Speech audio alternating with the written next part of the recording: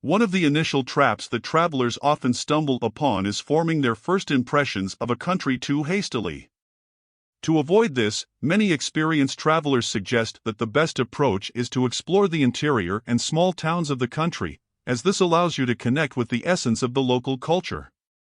Therefore, we will delve into the more discreet corners of Lithuania, specifically the charming city of Kaunas. Kaunas is often hailed as the most Lithuanian city in the country, with an impressive 94% of its population composed of native Lithuanians. There is also a small but significant percentage of Russians, Ukrainians, Poles, and other minorities. As the second largest city in the country, Kaunas is home to over 328,000 souls. Until 1920, it even held the title of Lithuania's capital and experienced its demographic peak during the Soviet era when its population swelled to 400,000 inhabitants. Kaunas presents itself as a modest and tranquil city, an ideal place to explore at a leisurely pace and wander aimlessly through its streets. Don't be deceived by its calm demeanor, as it boasts a thriving culinary scene with numerous restaurants and cafes. Fortunately, these establishments remain untouched by the tourist traps you might find in other European cities. The city is eminently walkable, with everything conveniently close by. Without a doubt, the crown jewel of Kaunas is its historic center. A stroll down Vilnius Street is an absolute must, serving as a true gateway to the joys of life. This cobbled pedestrian street is filled with a delightful array of shops, bars, restaurants, and colorful buildings. Above all, it comes alive with the infectious energy of laughter, prosperity, and contentment. A notable tradition in Kaunas is the practice of selling flowers. Lithuanians have a penchant for giving flowers to their friends and loved ones, always in odd numbers, except during somber funeral ceremonies. In Kaunas, you'll find a distinct civic sensibility, where excessive behaviors are virtually non-existent. Different groups converge in the city's bars and streets, yet the smiles that grace faces remain universal.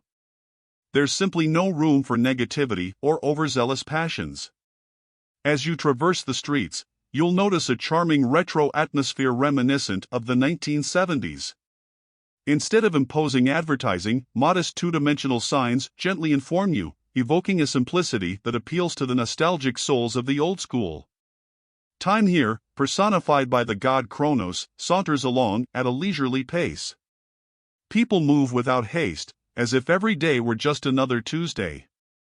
Life isn't just lived, it's embraced with joy and languor. Rushes are unheard of, and agility is considered unnecessary. Here, you live day by day, savoring each moment.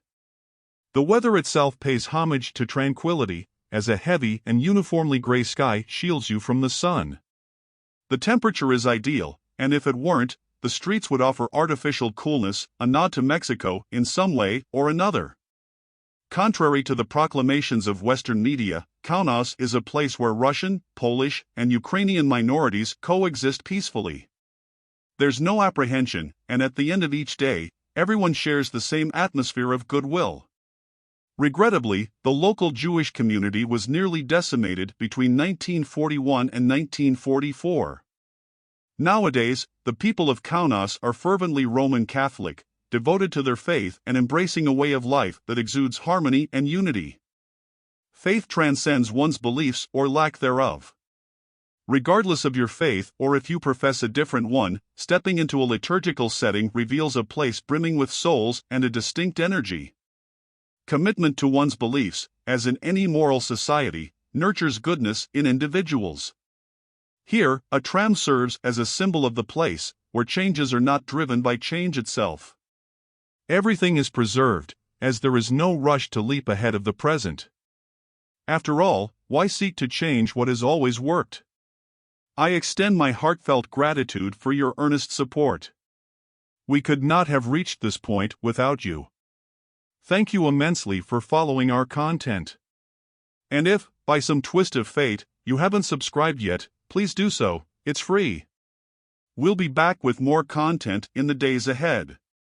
Goodbye.